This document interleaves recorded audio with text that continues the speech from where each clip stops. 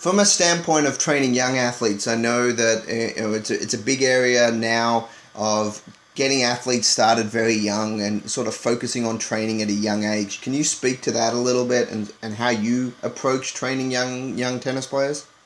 Yeah, this is something that I've got a really big interest in, sort of youth development, and working with younger tennis players. I think first of all, regardless of the sport being tennis, they need to develop these basic physical literacy skills, such as being able to jump, land properly, throw, catch. So you could say sort of the ABCs: agility, balance, coordination, and really sort of fun-based games with kids, sort of even 14 and under, sort of games which they enjoy playing. So things like an example would be a game called Clear the Bedroom, where they have to throw balls over the net as fast as they can over arm, and they have to look to catch it. I think that's really sort of how I look at it. It should be a fun environment, but ultimately there should be an aim of developing the physical literacy skills. Yeah, no, especially nowadays with how many kids are sort of being pushed into playing one sport or at a very young age, sort of that early specialization.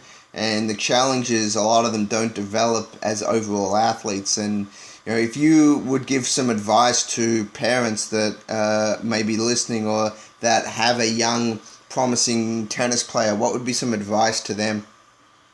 Yeah, I think under the ages of sort of 12 to 14, over specialisation in tennis isn't required. I think, like been said before, initiating tennis is great. So they begin to learn the skills, they begin to understand the game.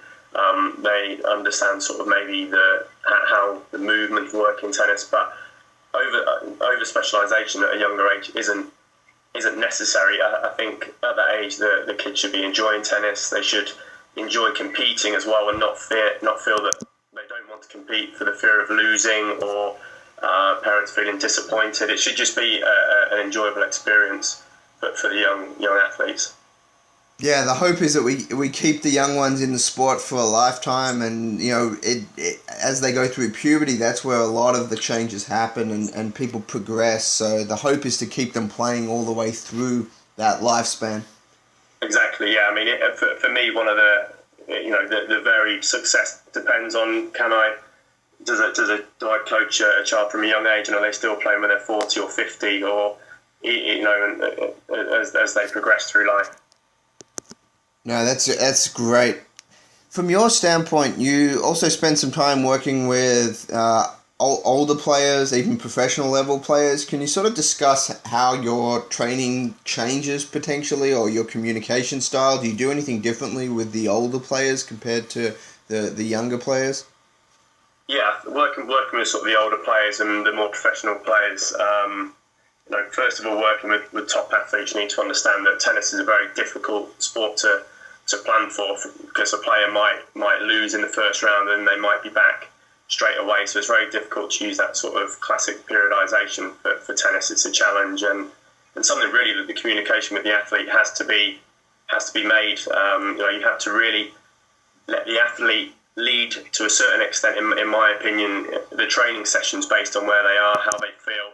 A lot of it might just be maintenance throughout the tournament period. So you're not going to straight away go onto the track and do 10 400 meter sprints. It might just simply be they do 4 600 meter sprints. You have a gym session, go through some Olympic lifts, not loading them up too much so they're not going to be sore, and just making sure that they maintain sort of mobility and flexibility through their joints, because the worst thing you want happening is them feeling sore or feeling tight when they're going into matches.